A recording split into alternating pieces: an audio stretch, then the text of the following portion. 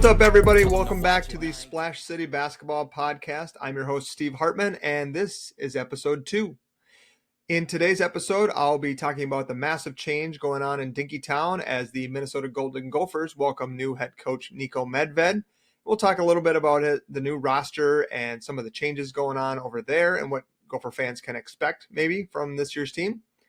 And then we're also going to take a look at the recruiting and transfer landscape here in the upper Midwest. We'll talk about Minnesota and the Big Ten. We'll talk about some local high school kids, where they've committed.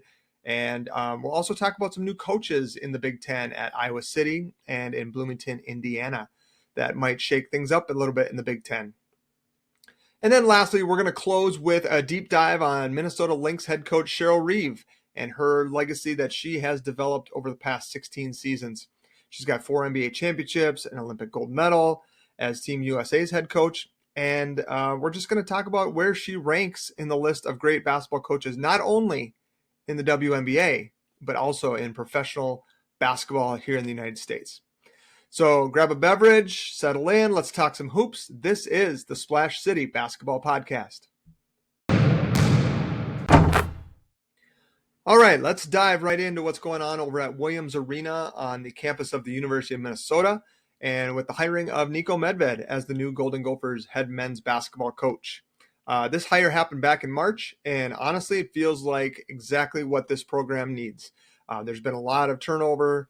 No one's really had a lot of consistent, sustained success, and Niko checks a lot of those boxes. So if you don't know Niko Medved's story, it's a homecoming of sorts. He is from Roseville. He's a suburb of Minneapolis. He was a University of Minnesota graduate. He started his coaching under Clem Haskins in the late 90s before moving on to more full-time roles elsewhere. But this isn't just another coaching hire, I don't believe, especially not one that Mark Coyle has made in his past 2 at men's basketball, where he brought in somebody. Richard Pitino had 1 year of head coaching experience. Ben Johnson had 0 years of head coaching experience.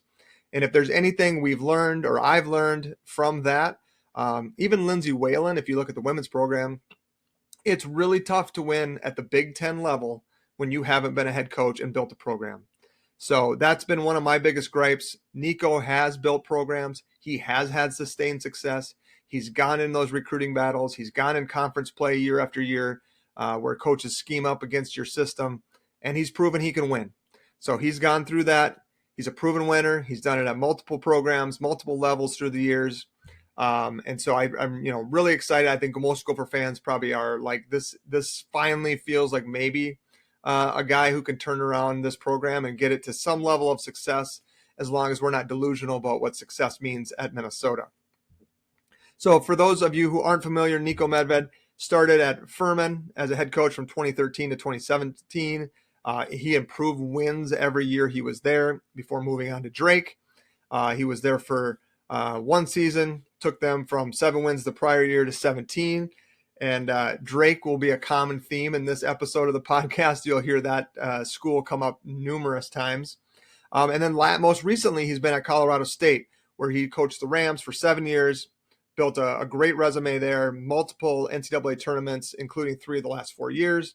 He's had 25 plus wins in 3 of the last 4 years. He's put 2 or 3 guys in the NBA. So he is definitely a program builder. He's not only won games, he's won at a high level, he's won tournament games, but he's also putting guys in the NBA. In this day and age, they used to feel like, hey, we got to give the guy 3 or 4 years to get this figured out. Now that's not the case. You look at what happened at Louisville last year, where that was an immediate turnaround. The NIL and transfer portal has really changed how people can turn programs around, how quickly they can do that.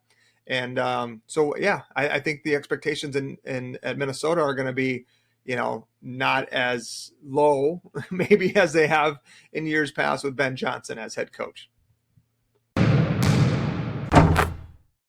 All right, so let's talk about that annual tradition that everyone loves, massive roster turnover in college basketball. So a new coach comes in, especially a program that has struggled, you expect a lot of changes.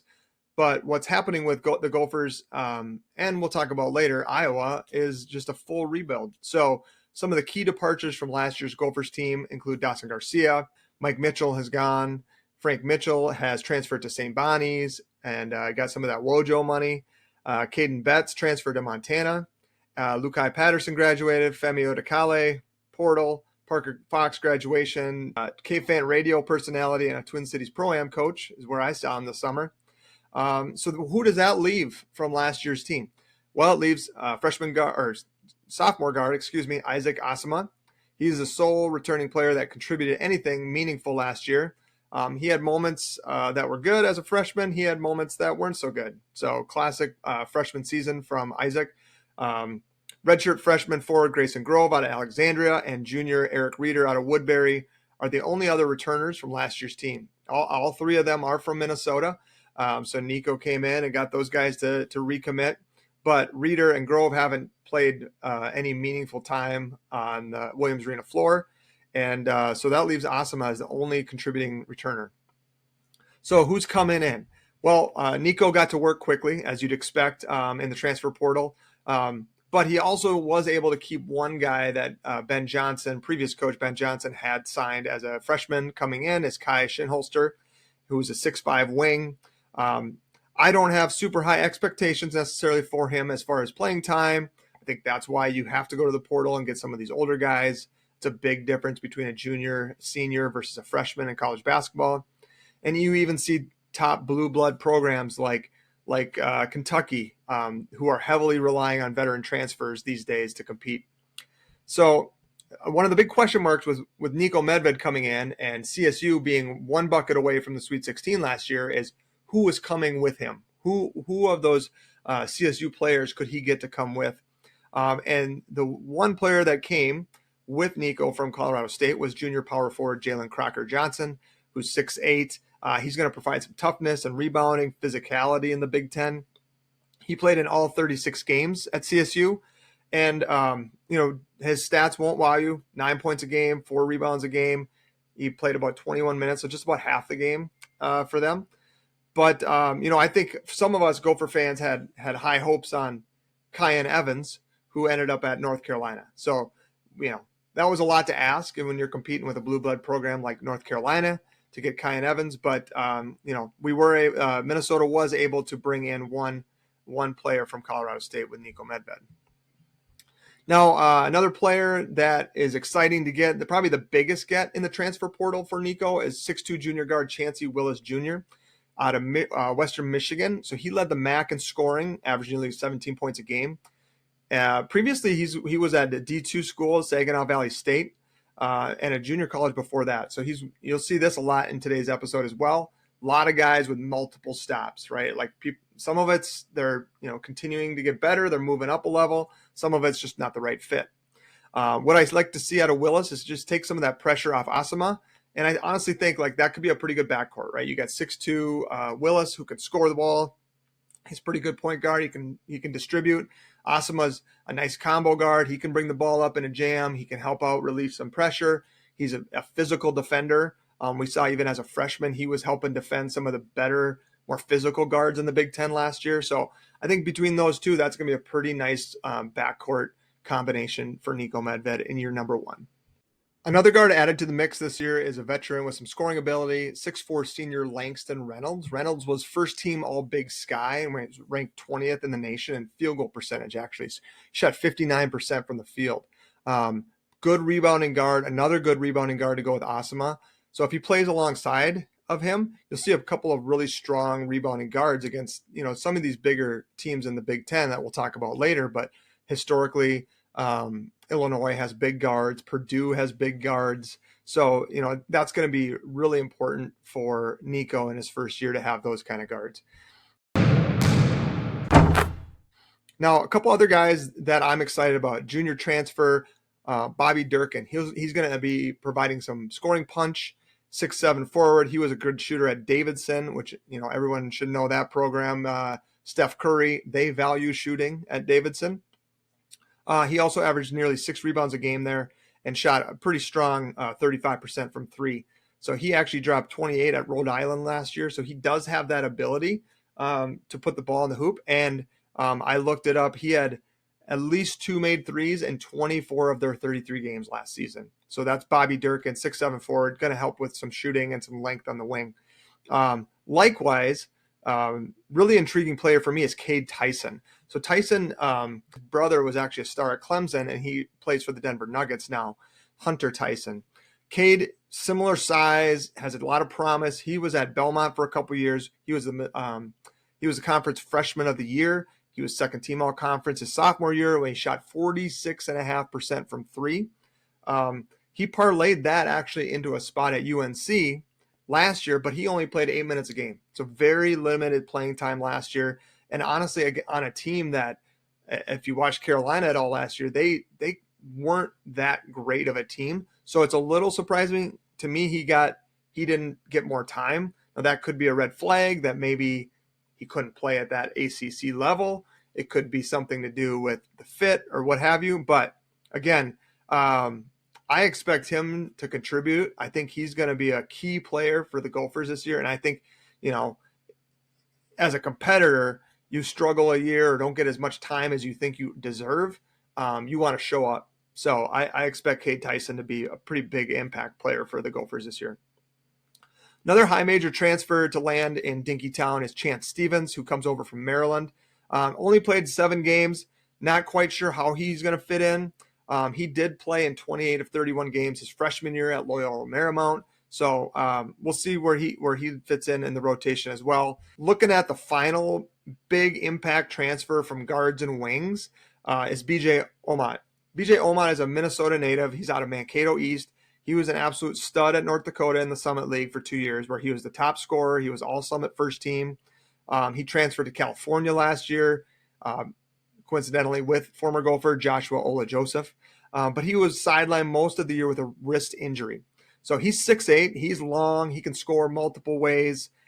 He did score in double digits in 3 of his 4 games at Cal before he got hurt. So for whatever that's worth, there's more scoring punch. So I think what you're seeing from Niko is he wants length and he wants shooting. And I think that's definitely what, he went out and got in the transfer portal. So these guys are more shooters, probably a little bit of 3-and-D look from some of these guys, but they have length to switch on the 3s and 4s down to maybe even 2s.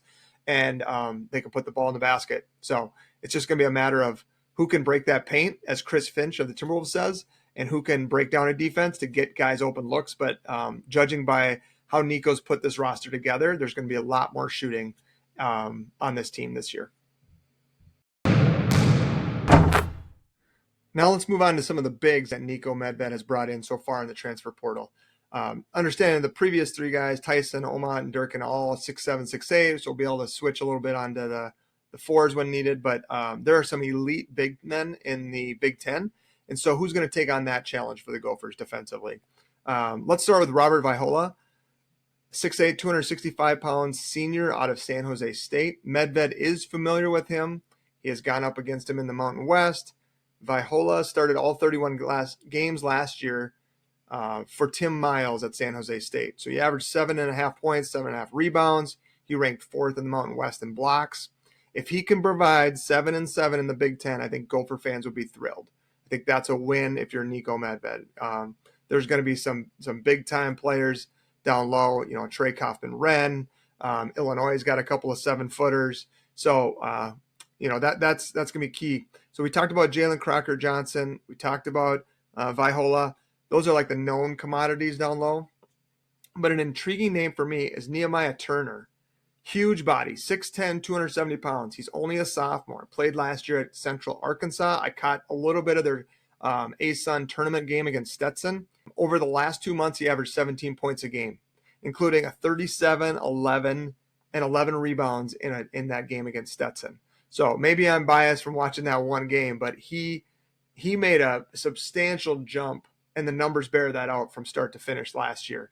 So if he makes another jump like that this year, I mean, that's a formidable low post performer for Niko Medved. And I think with the other 2 guys kind of being more of that dirty work, lunch pail, rebounding, defense, they're going to need some scoring down low. And Turner might be the guy to bring that energy for Niko Medved in his first year. So for what it's worth, 247 Sports has Minnesota ranked 9th in the Big Ten for the transfer portal. So right in the middle, and I think, Gopher fans can be pretty happy about that. And like I said earlier, the key is they got more shooting. They got a deeper squad, more guys that have played at this level. And I think with more shooting, it's really going to open up the floor more. Gophers only shot 32% from three last year. I would expect that to be above 35%, which is historically where Niko's teams end up. And as anybody who watched them also knows, free throw shooting was an issue at times. So I expect improvements there as well. Now, how much they get there, that could be a little bit of a difference compared to last year. But I think from what I've seen on this roster, it looks improved. Maybe not as glamorous. Dawson Garcia was able to give buckets when he needed to. He was kind of an all Big Ten level player at times. And so, when they get into a crunch, who's going to be the person to take that shot? Is it Willis? Is it Asama? Is it Omat? Like who's that going to be? So that's kind of this initial part of the season, probably what they're working on right now. But later this fall, I'll do a full breakdown, probably right before teams start opening their schedules up, and just take a look at the Big Ten, and we'll break down how we think the Gophers are going to finish in that. All right, let's shift gears and talk a little bit about recruiting and the transfer portal and look around the Big Ten a little bit. We're about a month away from meaningful basketball being played, but I do want to preface this portion of the show with the fact that I am not a huge recruiting ranking person. I do not live and breathe by 5-star, 4-star, this, that. I don't obsess over that. I prefer kind of following the process and the development of these players. Basketball to me is as much about effort and tenacity and team fit and systems as it is about pure talent and what you see in an AAU court. But that being said, let's start with some local recruiting news. A big thing that's been talked about for years is locking the borders down at Minnesota, and whoever the coach is, whether it's Richard Pitino or Ben Johnson most recently, it's, you got to keep your in-state kids. We've seen a lot of kids leave, whether it's Wisconsin, Gonzaga, Duke. The reality is the best players in the state are probably going to go to bigger schools, and that's just the way it is. I've always maintained that the Minnesota Gopher coach probably needs to keep 2 or 3 of the top 5, 6 guys in the state every year. Outside of that, it's gravy, right? If you can get a Jalen Suggs to stay home, that would be game-changing, but that's also probably not reality. So far, next year's senior class, the class of 2026, Niko has 2 of the top 6 kids in Minnesota committed: Nolan Anderson, Wayzata, formerly Eden Prairie, and Cedric Tomes out of Eastridge. Minnesota also has a commitment from a 6'10" kid out of California. He's originally from the Democratic Republic of Congo. I'm not going to try to pronounce his name yet. I will learn that before I get down that road. But he's going with some size. He's got a point guard of the future. And then Nolan Anderson, 6'6" wing from Wayzata. Tony Liebert actually wrote a nice article for Sports Illustrated. He focuses on the University of Minnesota. He had a nice article on the impact Medved has already had on recruiting. Highlights that this year, this year he's already got 3 commitments, which is the most in a single recruiting season since 2022, Ben Johnson's first season. So as Liebert points out, he's also got Medved, that is, also has 4-star Florida guard Joseph Hartman wrapping up an official visit, and a 4-star New York guard Lucas Murillo, who's uncommitted but did do an official visit at Minnesota. So interesting news there as Niko starts building out his roster of the future. Another Wayzata star, Christian Wiggins, really nice player, another nice wing similar to Anderson, has committed to TJ Otzelberger and Iowa State. Otzelberger actually also plucked the top player in Wisconsin senior class this year, getting Yusuf Gray out of Milwaukee. They don't rebuild in Ames, they reload. Hilton Magic also apparently applies to the recruiting trail. So Iowa State looks to be, they're leveraging their success in the last few years on the recruiting trail. A couple other players to watch if you're going out to some high school games this year. The 2027 class has a couple of really nice players: Hopkins, Ahmed Nur, the couple of wings, Ty Schlegel from Cretin-Durham Hall, and Babakar An from Maple Grove. Both of those wings, Schlegel and An, are getting interest from Minnesota. And then there's also an intriguing prospect, 6'10" center Mustafa Muhammad from South St. Paul. Maybe keep an eye on him throughout the season and his recruiting. maybe we'll get a guest on from the South St. Paul Packer podcast as well later on in the year to check in on things with the Packers. So that's just a quick look around the Twin Cities area and some of the recruiting news. All right, let's expand our scope a little bit and look beyond just Minnesota and Minnesota Golden Gophers and look around college basketball. So the Boozer brothers, Carlos Boozer's boys, ended up at Duke. Kansas actually gains the top recruit in this coming class, this year's freshman class. And actually, surprise, surprise, BYU making an appearance here and landing the number 2 player in the country, according to 247 Sports. Recent success, as I mentioned, is having a big impact on the recruiting trail, not just at Iowa State, but you can see BYU getting a number 2 player, Tennessee and Houston landing multiple top 10 recruits. So you can, and you can also, if you start looking at some of these rankings, you can understand perhaps why the Big Ten continues to have an NCAA title drought. The talent just hasn't been there. Not to say that, Purdue obviously has had great teams the last couple of years. Michigan State's had their chances in Final Fours.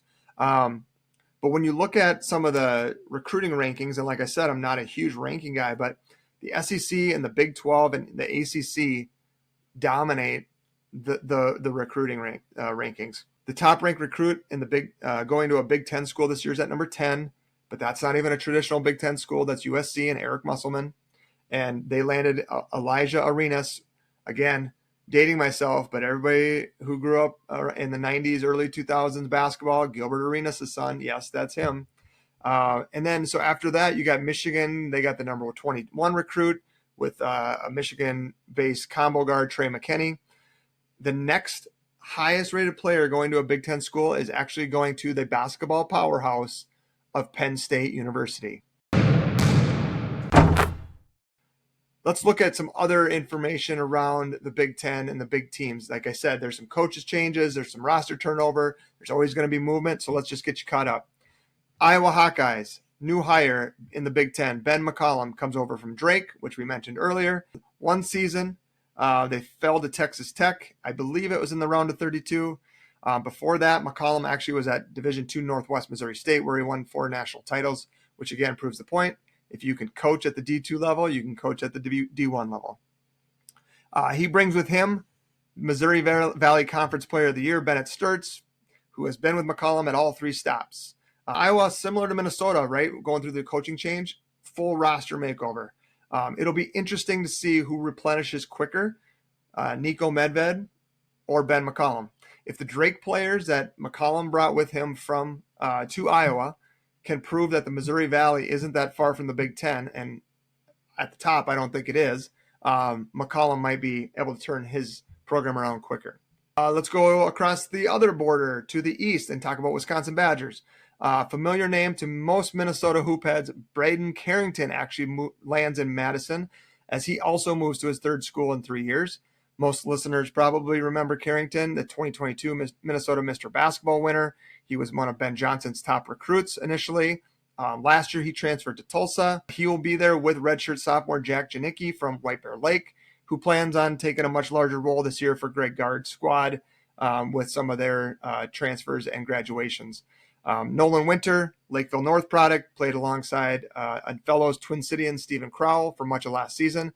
But I expect Winter to have a similar increase in production like we've seen from Stephen Crowell, Tyler Wall, Nate Reavers, Jared Bergeron, all these big guys that have come out of the Twin Cities who go to Wisconsin. By the time they're juniors and seniors, they're pretty darn good Big Ten players. Another name that local basketball fans might remember is Andrew Rohde. I believe that's how you say it, who took the Summit League by storm a couple years ago as a freshman playing at St. Thomas. He rode that success to a nice NIL deal at Virginia. Had some mixed results there.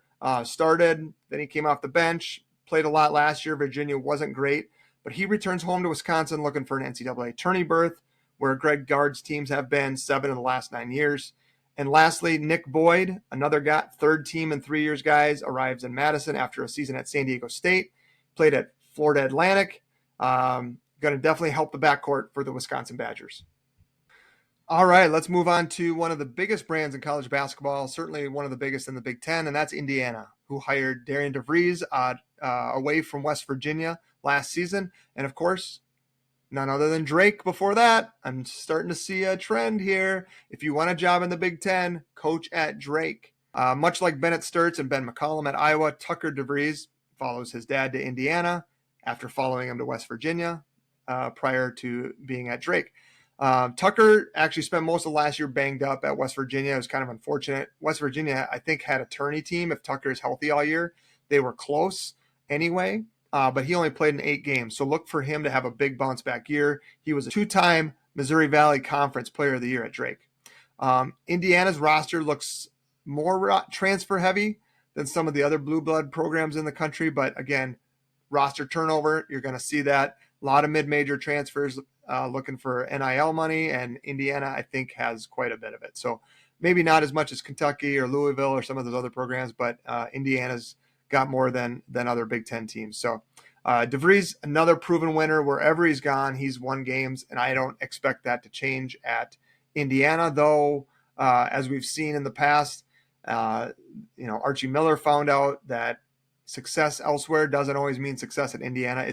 It can be a tough place to win. It can be tough to handle the boosters and some of the fans at IU. Let's also talk about Brad Underwood. I love what he is doing at Illinois. He brought in Andrej Stojakovic, and if that name sounds familiar and you weren't watching California last year, it's because Andrej Stojakovic is the son of Sacramento Kings legend Peja Stojakovic. Much like Peja, 6'7", elite scorers at all levels.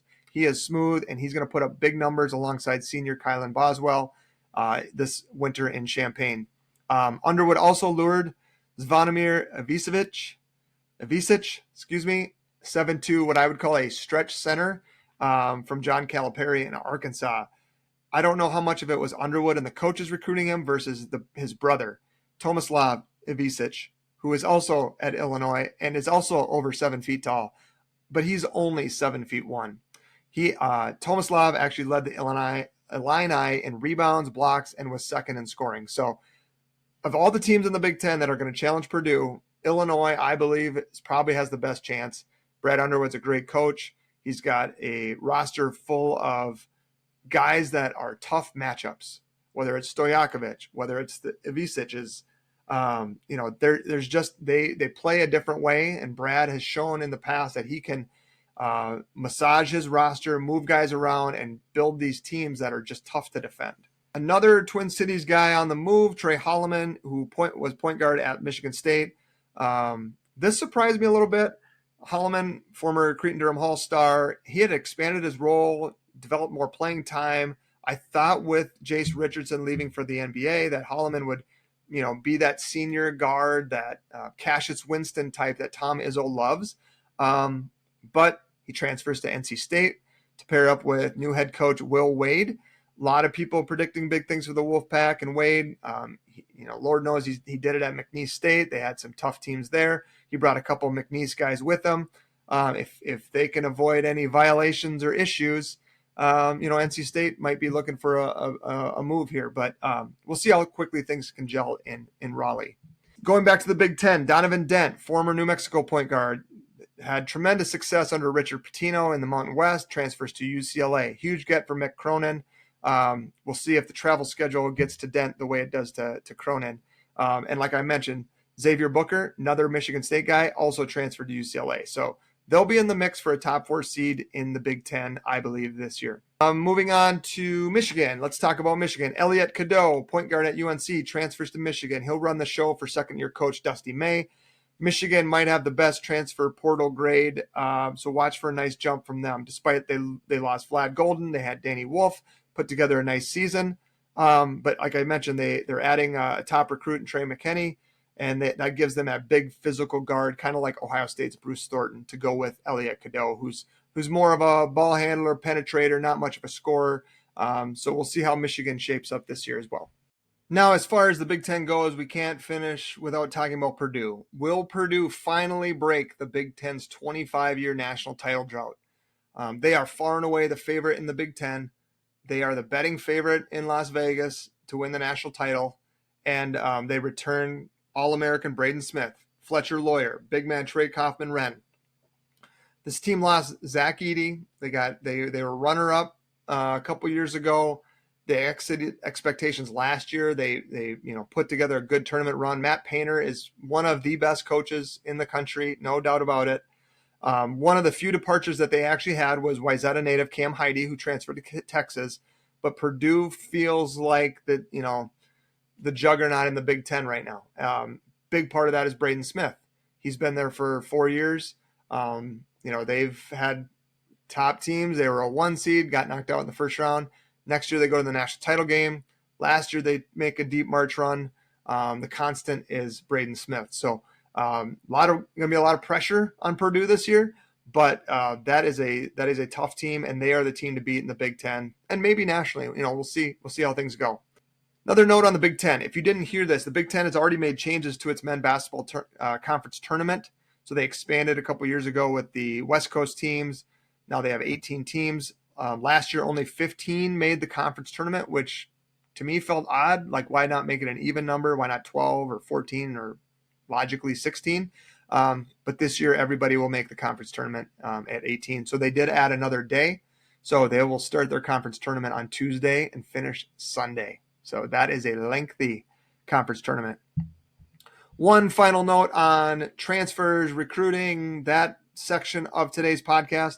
Isaiah Johnson Arrigu, I think is how you say it, former Totino Grace star, once promising Miami of Florida recruit, transferred to St. Thomas. So St. Thomas tournament eligible this year.